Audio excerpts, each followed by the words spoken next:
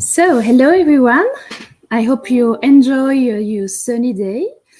Thanks a lot to spend your lunch break with us to talk about a really interesting subject, content driven for global brands. So why this subject? First of all, we are a digital expert, and so when you talk about digital marketing, digital presence for brand, you absolutely need to talk about to address this central subject for brand content. So first of all, a simple definition of brand content. Brand content is a content that is created by brand and that aims to improve its image, generate engagement among its target audience, and increase brand awareness. I think all around this webinar, we agree on that. But the challenge for brand is now to understand how in this evolving world we can define our own DNA and we can be visible on this really strategic subject. So today we'll take around half an hour with Nesem, our creative strategist, to give you some insights to inspire you and also to help you to understand this complex ecosystem full of innovation and trendy buzz world. So we'll talk about EI, NFT, Switch, but also regarding diversity, authenticity, inclusion, etc., etc. So I will stop there. Take time, relax, to listen carefully Nesem today, and I will be there at the end of the presentation to continue this discussion and to answer to your question in English or in French, doesn't matter. I think you have a lot of French speakers today. Don't hesitate also, and don't forget to download the full white paper at the end of the presentation. Also to call them to exchange on how you can use all the insight Nesem will give you today to build your own brand eco and brand content ecosystem. It could be in the B2C or in the B2B sector. Today, the idea is not to build the strategy for and with you, but more to inspire you. So enjoy. I leave the floor to Nesem to present you an extract of this really interesting white paper. Thank you very much, Cécile. So I will be taking on from here. Just a moment. So today I'm really happy actually indeed to share this work we've done on content drivers for global brands. So we will be talking about best practices and updates for your branded content strategy, and I will directly dive in, and thank you for taking this time of your lunchtime with us. So just a quick setup to share my... So to start really quick with a key number, 59% of brands have a standalone budget for content marketing. Why that is, we will better understand in the following sections that I will be sharing with you. The main thing for us was to really give you highlights on multiple topics. And to introduce this, really what's important for us is that two keywords seem to come out of the study. It's authenticity and agility, because we need to be agile to keep evolving. But how do we need to evolve? We need to evolve in a way that is who we are, because this is not a world in which it will be okay anymore to just do things for strategic reasons or just do things to go with the trends and make more money. This world that is arising really requires of us to be able to make meaning and sense. And a lot is going on since the pandemic. A lot is happening, and digital transformation is being accelerated all the time. And we have lots of topics that you must have seen in the news: NFTs, algorithms, Bitcoins, but also on more cultural levels, diversity, inclusion, gender fluidity. There is climate change. There are crises between countries. But then there are also more technological things like the metaverse is happening. what does it actually mean? There are lots of questions on how this is going to take shape. There's live social shopping. So a lot is happening. And in this world, brands are really invited to not just pick up on all the trends, but really to find what has meaning for them, for their community, how they can be useful. So in order to start answering these questions, as Vanksen, as an agency with all our business units and experts, we are the ones also who need to keep updating ourselves. And since 2021 and in 2022, things have kept evolving at a real important pace. And we wanted to look at what the key values are that are becoming universal, and how can brands embody them in the ways that resemble them. And then influencers were here. So who are the new influencers? Which are the trending platforms? Where are the content formats? Which are the formats that are really interesting for us and that are developing and changing? So we looked at a lot of different things, and to have the full research, you can download it at the end of this webinar or currently. But right now, what I wanted to do is to go through key learnings that can accelerate your deep dive in the study. So to begin with, diversity, authenticity, inclusion, we wanted to really have a look at what the human part of this change really is, where the deep changes are happening. So of course, everyone's talking to you about generations, and the future is taking shape always in the hands of the young people, because they're the ones that are bringing the new look at everything, and they're the ones who really embody and express what they're absorbing of what's happening on this planet, what their parents are giving them. And so Gen Z is the generation that is really taking us further on learning how to love oneself. So we're not anymore in a generation where we try to make a good use of the trends and look the part, but we're more in the generation that is trying to be brave enough to have a real look at who they are, and then embody it, embrace it, and empower who they really are. And so while they are learning to be brave that way and inspiring us all, they also expect the key values of diversity and inclusion to be enabled by institutions, leaders, and brands. And when we try to maybe fake it just to get them to buy stuff, well, they're going to see it because they're smart and they are very adjusted with these topics. And so they will know it. And so when a brand that has been for decades always putting on stage only a certain type of bodies and people, suddenly from day-to-day changes into very diverse models on the stage, they will call it out. They will know that you're not doing it from an authentic place. And so when we compare a Fenty launched by Rihanna, who has all the legitimacy, compared to maybe Victoria's Secret, who has still a path to learn, there is something that has to change. And so, but it's also okay, because no brand and company is perfect. So we're not here to call out. We're here to see the do's and don'ts and learn together, because we're all companies led by humans, and we're going to learn together. And another topic that's really interesting is that, of course, there's a lot going on in this world about women empowerment also, but then also about masculinity. This book that I'm showing, Man Enough, is an example proving that the conversations are also opening up between men's circles, cis men circles, heterosexual cis men circles, about positive masculinity. So what does diversity and inclusion mean? It's not only about the skin color, it's about gender, culture, body shapes, neurodiversity, disability. It's everything and everyone. And actually, we've listened to Adweek conferences 2 weeks ago, and we also there, we keep learning. So since we wrote this white paper, we're still updating ourselves. And actually the word inclusion is not as positive maybe as we feel like it is. We still need to use it because everyone uses it and it enables us to know what we're talking about.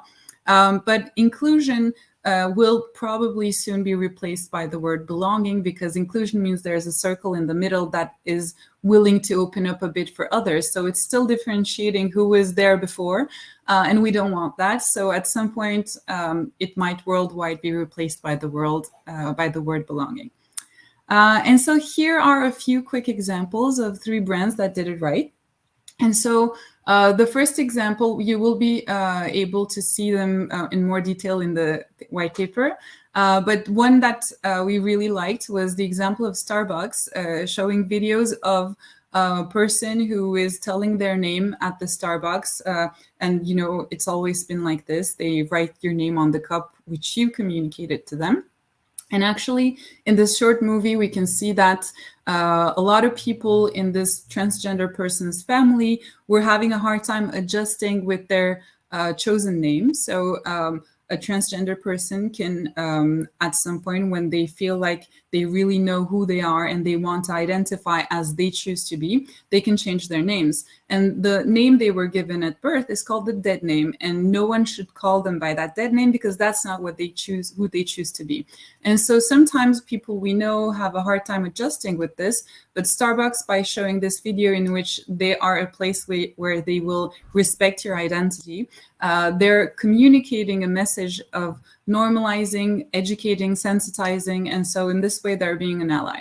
And it's done also in a way that reflects who the brand has been for ever. And this is not just a one video campaign, it's an integrated campaign, and they're doing a lot around these topics, so they're legitimate to do so.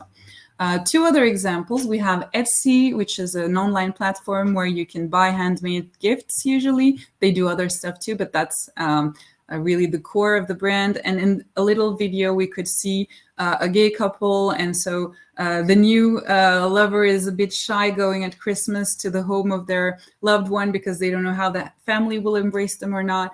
And so there's already a gift of their faces broidered into a Christmas tree ornament. And so they feel like welcome and the belonging into the family. And again, it's really well aligned with the DNA of the brand. And the last example, real quick, it's Airbnb that gives a real space to the hosts on the platform. So the community owns the brand in a way, and they are empowered because here we can see documentary, like very well shot videos of Black-led business community in New Orleans that is being supportive of each other. And so they have brochures and flyers of the businesses around the places that the hosts are putting on the market through Airbnb. And so all these contents are ways for the brands to find a legitimate and authentic way that aligns well with their core business and their DNAs. And this way they're able to support also their communities and what they belong, what they believe in.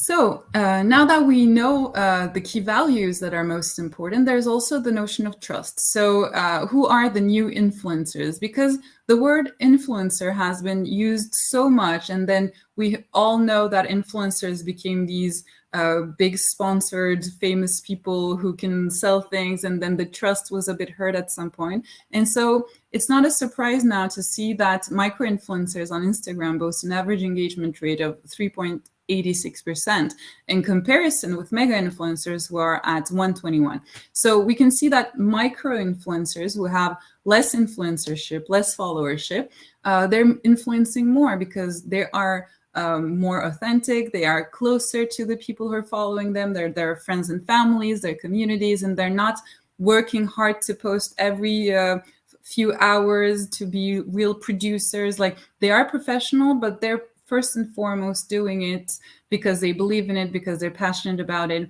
And so in this world that is really led by this sense of you do you, we can see that the micro-influencers are kind of authentic anti-heroes because they don't really look like the people we were used to seeing as influencers. And so there are new hashtags that are cherished: basic, average, and celebrate, because we want to be uncool if we're not cool. We want to be normcore if we want to be normcore. We don't try hard to look the part. And so they're unapologetically themselves. Sometimes they're minimal, sometimes they're maximal, but everything is about self-expression. And I guess if they didn't want to express, they wouldn't be there. But there are also, you will see lots of pages about introverts. So even introverts can have their ways of being in the space. And so when we look at the difference maybe between Gen Y and Gen Z, it's quite interesting because Gen Z is looking a little bit to follow people that they would be friends with. So it's a little bit as if they were finding other kids from around the world that they would play with. But of course, these micro-influencers are talented, they're bold, and they're actually surrounding themselves and connecting with other content creators, playing together, like these dancers, like It's Slavic has his whole big crew of dancers who they became friends with, and they have their own studio, they're sponsoring each other. So there's a real connectivity going on there. But then Gen Y is still a little bit closer to our former vision of influencers, but they're more into entrepreneur's life, freeing yourself and doing a job that you like and managing to make a living with it, but also having a balanced lifestyle. So they're more looking towards people who seem to be able to change their lives in a positive way and by being true to themselves. So let's look a little bit to a few numbers. We're not going to go dig deep in all of these because you can read them in the white paper. But this slide is called Co-Creators from Another Mother, because when we look at the numbers that we put in a green square, people who share my interests and hobbies. So this number is showing us who they're following. And we can see that millennials and Gen Z both are kind of following the people they would be friends with. So it's really a sense of connecting and spending time together, being together.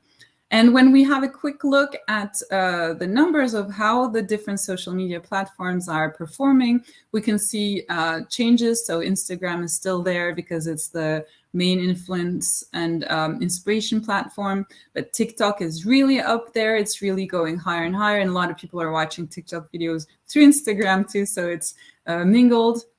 But then we can see decrease in Meta, and then YouTube stayed steady, and we can see that Twitch is getting up there also with Twitter and LinkedIn. So things are a little bit moving around, but we're going to look more into what's happening with the newly rising platforms, and that's going to explain a little bit the changes that are happening also. So where are today's communities gathering? Let's look at these platforms. So if we start with Twitch, we listened not long ago, again on Adweek, to 3 Twitchers that were explaining how they build their relationship with their communities. So the interesting part for us was to realize that most Twitchers are there really because they wanted to play with their friends, and then their friends group became a bigger community. And then through who they are and their identity, they started also rooting for their causes and doing charity, and then they started spending their whole days relating to their communities there. So Twitch is really the platform where the Twitchers, the content creators of Twitch, are creating live content, whether they're showing a game they're playing currently and commenting live as though they were in a room with their friends, or they can also be artists who are showing the live process of them creating their art. And so there are lots of different ways of using Twitch, but it's first and foremost to allow other people to witness you going through an experience that you're passionate about and be able to chat with you live. So apparently, if we take a Twitcher, they can also be on YouTube because that's where the videos can be shared, but that's not where they feel the most connected. It's on Twitch. Here are the key numbers. You can see that it's still a men-led platform, but it's slowly changing. There are lots of Twitcher women and all types of people there. There are a lot of users, so 140 million monthly visitors in 2021. And Twitch was really the leading platform to turn live streaming into a great alternative for events. And so the communities who are on Twitch, sometimes they wake up and apparently they say good morning to each other on Discord. That's what Twitch creators were sharing with us. So Discord is rather a platform where you can chat in closed niche groups with other passionate people of the same subjects, but those can also be your friends. So it can be smaller or bigger groups, but it's a really comfortable platform to communicate with one another. But then there are also different ways of using this platform. Chipotle used it to organize recruitment salon during the pandemic. And then some teachers also used it as virtual classrooms because they also know that their students are using Discord with each other. So it's also a way to be closer to people there. Then if we have a look at TikTok, of course, we have to look at TikTok. It was more interesting to us to see because everyone knows TikTok is big. And it's a way to be artful, creative, vibrant. And so we can see Dunkin' Donut was using hashtags that are a lot used by people in their conversations, like "tell me without telling me," was a very famous hashtag, an organically user-generated hashtag. And then the brand started to create videos and content to tell that you're a Dunkin' Donut fan without telling it by launching their clothing line that is screaming Dunkin' Donut. So this is a way of using the language of the community to get into the platform. But the part that was interesting to us is also to see that TikTok launched Live Studio because they saw that Twitch is doing really well with live. And so it's important for them to catch up also. And so even on Pinterest, you can see there are lots of live content going. So we're going to talk about live content real quick later also. And so last but not least of the platforms, there's Substack that we wanted to talk to you about today. Well, written text is not dead at all. It's everywhere. And so Substack is a way for high quality newsletter creators to monetize their content by doing brand partnerships. And so in this example, we have Boring Not Boring, which is a famous finance influencer who's sharing information about finance, decrypting what you're supposed to do. And they often have a branded introduction that leads to the content in a well-integrated way. So there are also ways of doing really nice partnerships in written content in the digital. So platforms come and go, but some formats are here to stay. So let's have a look at how video is still doing, how live content really changed things up through the pandemic and still is, and how audio is doing. So live stream e-commerce is here to conquer. Why? It's already really big in Asia, and it's starting really to happen all around the world. It's a way to do online shopping, but also to discover products, to watch artists. There's a lot that can be done.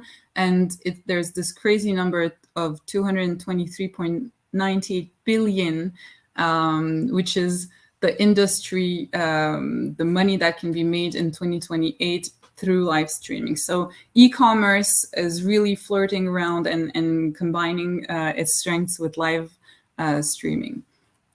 And so if we look at a few quick things that have been done around live content, so we can see that Levi's was, when the Shop Now button was launched on Instagram, they worked with Colin Schaub, which is an artist that creates live often. And they have 3.3 million followers. And so this helped also Levi's launch jeans that Colin co-created with them. But then one of the craziest information was key facts was Wei Ya is the girl you can see in the second photo with the rocket behind her. And so she didn't launch the rocket. She sold a rocket for $540 million. And she had 2 million live viewers while she was doing that. Then we have Austin Lee, Jackie, that you can see. I hope I'm pronouncing it right. And so this person sold 15,000 lipsticks in only 15 minutes on Taobao as a platform. And so you can see that there is still Walmart, Lancôme, Leroy Merlin, that are also in France and the US, all around the world, trying formats of events where they can present their new products, how to use them, give useful and engaging content. And sometimes also, like with Leroy Merlin, they were selecting a few expert DIYers to show their favorite tools. And this was a different way for them to both connect the members of their communities together and also showcase their products, of course. And video content is still the winner. It's still here to stay. So we are supposedly spending 100 minutes per day watching online videos. So this is, of course, like more than an hour a day. And we're not even shocked by this number anymore, are we? So it's also interesting to see that generations don't always use it for the same reasons.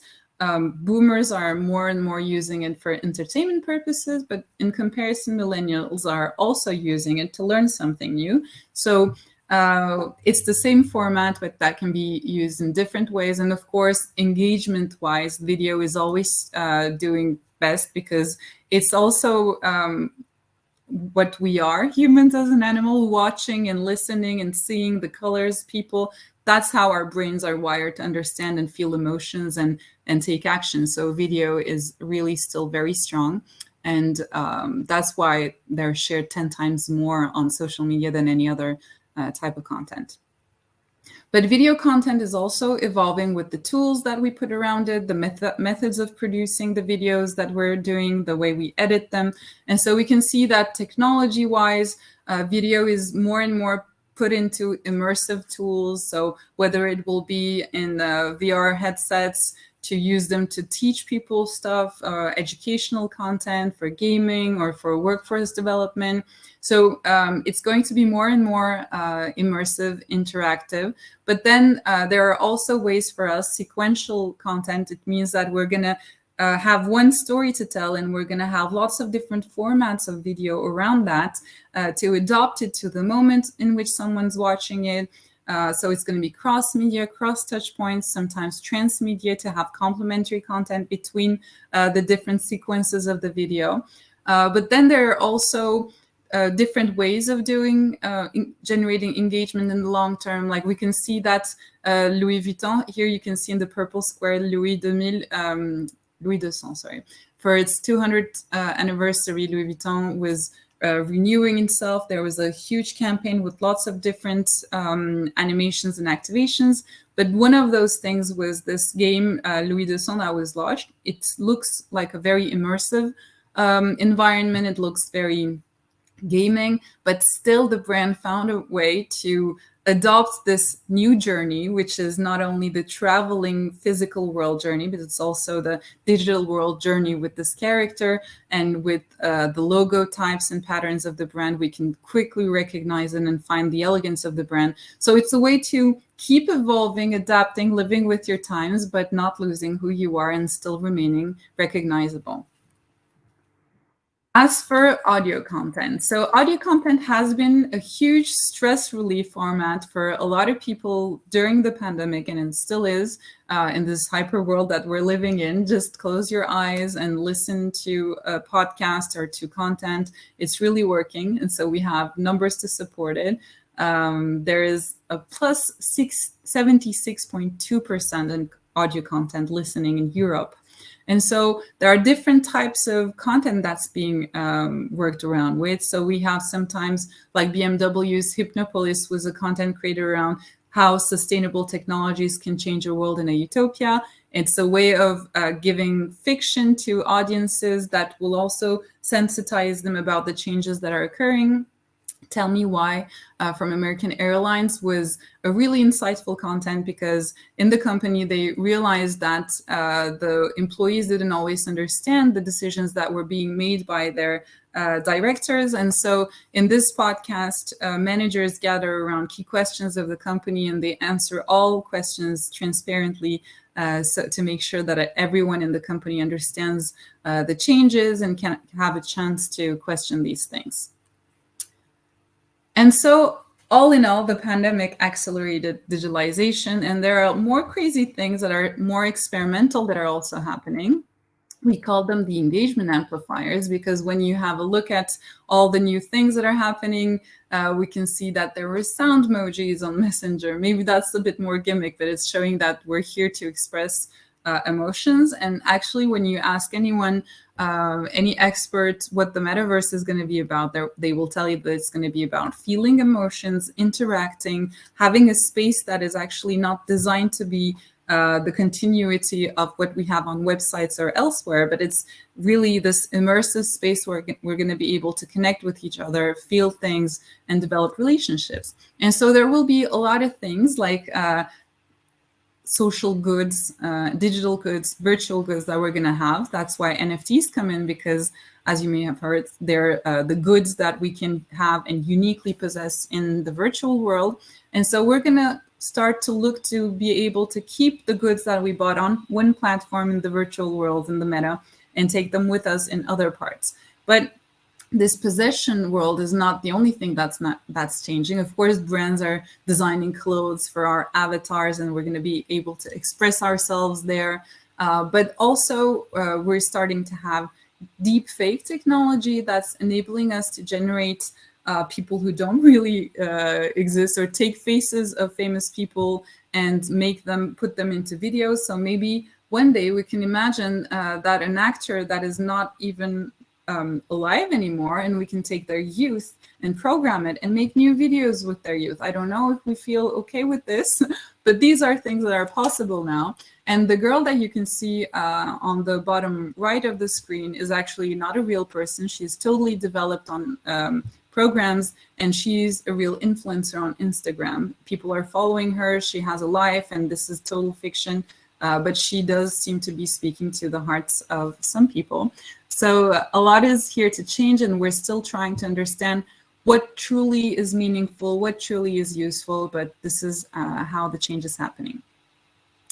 If we have a look also at the content, we can see that it's a global content movement that's happening, because little by little, brands are existing worldwide, and they cannot simply put the same website and translate it and exist everywhere. I'm sorry, I'm going to just take a little moment. And so there's this first example that we really liked, because it's really showing how a brand needs to develop links that are organic, really listening and understanding cultures where they're coming. So in this first example, it's a supermarket brand, Spinneys, that wanted to support actions to sensitize women against breast cancer. And they were in a Muslim country, and they didn't want to hurt the belief systems and the cultures of the people there. And so because they couldn't show how to do autopalpation tests on women to show how they can check for any risks of cancers on their own bodies, they thought, making bread is also something that is culturally very much done in families and women around. So we can show videos of someone making bread with Spinneys products, and bread can also take the shape that we need it to take. And this is how we can, in a way, do a tutorial without showing a female body on how to do this. So these are ways to still get to the point without hurting anyone's feelings and being respectful. And as for translation goes, we can see other content like Cheetos campaign, where they launched this new word, Cheetle, to say that the dust of Cheetos chips you have on your fingers are called Cheetle. It has been translated into more than 50 languages on urban dictionaries, because it was so funny to people that they were sharing it and making jokes about it. And so sometimes not everything has to be about sensitizing. We can still be here to do entertainment and be fun about it and share joy together. And it's just naturally developing this way. And on Airbnb's online experience platform, we can see here that just this random event that we clicked on is hosted in 11 languages. And so a lot is going on about multiculturality. We're localizing content, we're adapting to cultures, understanding each other. So we're really in an era of empathy. So what are the key learnings? I'm coming to the conclusion.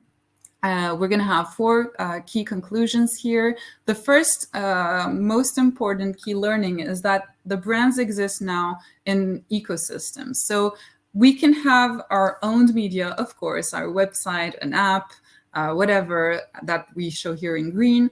But the content that we're creating are actually behaving like smart mobile seeds for us, because a video can be shared from one person to another. It can be on multiple platforms. It can be filmed on Twitch, shared on Discord, posted on YouTube.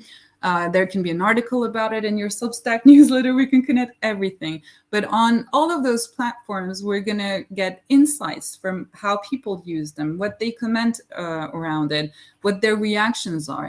And so these mobile seeds at the end of the day come back home to you with a lot of data, a lot of learning. And this way you can have adopt a continuous learning process and learn from them, and really let your brand be owned by its community, not forgetting, of course, about your key values, your reason to be, what made you create this brand. But this is really the world that we're living into today. So where you really exist is through all of those organic and ever-evolving content ecosystems. Then if you're going to be a content creator, or if you want to work around with content for your strategy, there are different ways of doing it. You can either decide that, oh, okay, I totally want to be on Twitch and I'm going to open my own channel there and I'm going to start doing content. This will only work if you already have a community that wants you there. You already have relationships that makes sense, and you're going to have people come to your channel because you already have friends. But if you suddenly come there, in today's day and age, you have to be very legitimate to be there. And as we've seen, for instance, with Twitch, those communities are tight. And if you just come and try to be strategic about it, it's not going to work. So some brands adopt a humility approach, and they will rather go on already existing content creators' channels and support them, start to listen to them, play around with them, develop a relationship, empower them with the resources to keep creating their content. And so they will create alliances. Or some will simply become partners and sponsors. So there are different levels of presence that can be adopted, or we can start little with one and then move on to the others as we develop our authenticity and legitimacy. But trust takes time to build, so we need to go step by step with these things and be true about it. The second point of learning is storytelling. So a lot of content, of course, is everywhere, and there are important notions about authenticity, vulnerability, emotions are big here. But through the pandemic, we learned something, is that people want to feel close to other people that are out there living things. If there's someone doing extreme sports, we want to be able through their GoPro to see how it looks there, although maybe we'll never be able to do those sports. We want frequent content snacking, like being updated of the lives of people we like to follow. And so there's really something going on around true stories. We want to be excited about true stories. Fiction is not dead, as statistics will show, but on the social media and on influencer platforms, there's a lot going on about wanting to be there. And something that's really exciting to watch is that longer formats that are really high quality, that adopt the know-how of movie-like environments and techniques, and documentary-like content is really also big. And they enable another type of immersion, which is a more emotional immersion into environments and what's happening. So high quality is not replaced totally by snacking. They cohabitate in this world. And what about artificial intelligence? So the border between virtual and real is not a border. It's really hard to split, because we're starting to have a real organic approach to everything, as we did with touch points. We simply will be where there is a sense of being, and we combine tools and platforms and technologies just to fit the need, actually, the experience that the people want to live. They will simply try to think about it as engineers and design the right type of content, the right type of experience. And so this is why we're really in an insight-driven world. It's not the format, the technology, the touch point that leads it, nor the ROIs that are expected. It's the insight of the experience that people need or want to be going through experiencing. And so in this world, there are still things that are really changing, like we're having artificial intelligence that is learning from consumer data and adopting the products live. So we're going to have more and more one-on-one, one-to-one experiences. But there are also actorless videos that are happening now. So it's totally possible for you to have a physics lesson by Einstein himself, Is it good? Is it not good? Again, we don't know for now. The code of ethics is currently being developed by the creators and based on the reactions that are being received. But ethics is going to be a real question. Should we develop everything that we know to do just because we can do it? Or should we have more conversations about what's the right thing to develop for human and for our planet? And so the last key point is multiculturality. So we're more and more in a global world. This word seems to be an old word, but it's a really important one because we're going global, but we have to stay connected locally. We have to be real living beings that are connected to Earth, to the nature, to the people in spaces. And so while we have in an instant a few clicks connection to the rest of the world, we need to not forget that real relationships takes time. We need to slow down. We need to be sensitive about things. And so there are helpers of this global movement through watching or actually binge watching series or content on platforms like Netflix or other platforms. We're little by little getting used to watching movies and content created in other worlds and cultures. And so we don't even realize it, but the social media, these content, the behavior of the Gen Z are little by little breaking our cognitive, social, and cultural biases. And we're just simply learning to listen to people and watch cultures and know that they're different and that they're enriching to us. And translation technologies are going to be big because you can imagine tomorrow living in a world where you will be talking in your own language and it will be live translated to the person in front of you. And that won't be a barrier anymore. And we saw that Meta is also launching a No Language Left Behind program. And so they're actually thinking about how can we render internet accessible to all languages, even minority languages. So language is going to be a very big topic in the years to come as well. So now I have shared with you all of our key learnings. The question is, how will you be impacting the world through your content?